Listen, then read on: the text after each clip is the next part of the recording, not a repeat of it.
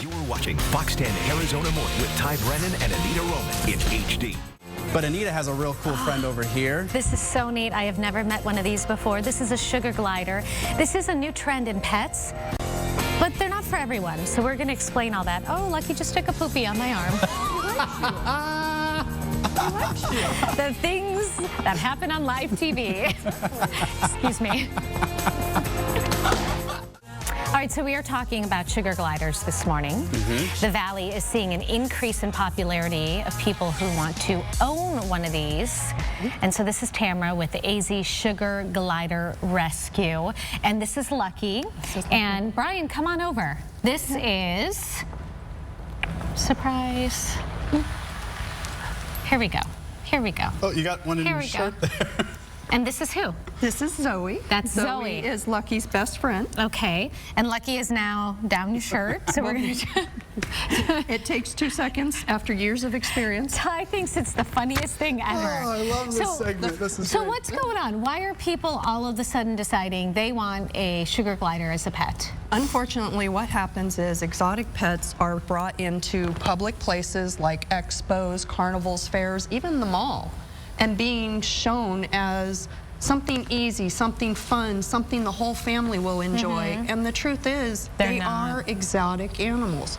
We really need to do our research, do our background on these animals before we bring them home. Because they're so cute, and I think that's what gets a lot of people sucked in, is that they're cute, they want one, but they have a lot of issues that go along with them, right? Exactly. Like pooping on my arm? Yes. Like peeing and pooping on Live you. on TV? That's right. You can't potty train them. They need a large cage and environment. You need a restrictive area where you can work with them and bond with them. These animals actually have the intelligence of a small child. Really? They can use reasoning and logic, and they live 12 to 15 years. Oh, wow. So it's not the situation where you can just put this animal in a cage and put food into it. And leave it alone. No, you really do have to interact and be part of its everyday activity, because it emotionally bonds to you. And to separate it from that bond can actually be bad for its health. Sure. Right. One of the things you mentioned, talking about the tent, there's a specific amount of time that you need to spend inside that tent. Usually we recommend a minimum of an hour a day that you just spend with quality time with these animals. And that does help with their health, it helps with their well-being, but it also helps the people. Why a tent? Can you go into a room in your home? You can do in a room. Okay. You have to spend the time making sure what we call it is glider safe. There's no little spots they can get under, nothing. Okay, I see. So when we adopt out gliders, we highly recommend we do the tent, because the tent's a very easy, restricted area. You can have control of it. Like, oh, mommy's shirt. It's okay. That's great that you call him mommy.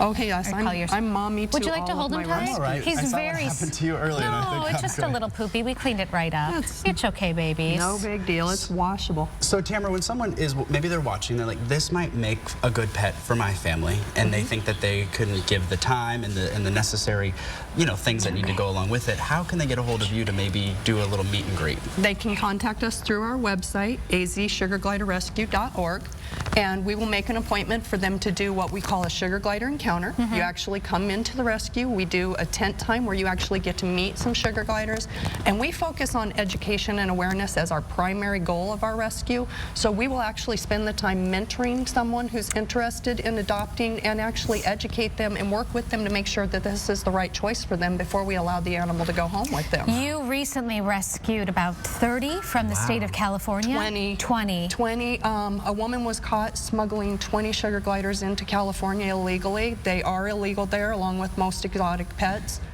Unfortunately, when California Game and Fish confiscated them, one had already passed from lack of nutrition and water. Wow. 2 went to an educational facility in California who works with us to help rescue these beautiful babies out of California. And 17 of them, who are now 18, made it to our holding facility where they received medical attention and are still ongoing medical treatment. We have one little lady, we call her Tahoe, who unfortunately is missing an eye. And she's in the process of recouping and getting better so she can undergo a major surgery to clean the eye socket. And so, and just like Lucky, he's missing a leg, I think you mentioned, from a hoarding situation. So there's a lot that goes into these animals. A whole lot. Where can people get a hold of you? contact us through the website, azsugargliderrescue.org, and we would be more than happy to educate and make people aware and help them choose to have this pet or not have this pet as their best friend. He is beautiful. Thank you so much for bringing him. Try holding him, Ty. No, maybe in the break. Thanks, He's Tamara. We appreciate it. He's very sweet. Thank I'll you. give him a- Thanks, Lucky. Oh, he's so Thank you. soft. Hi, babies. I know. Thanks for visiting. Hello.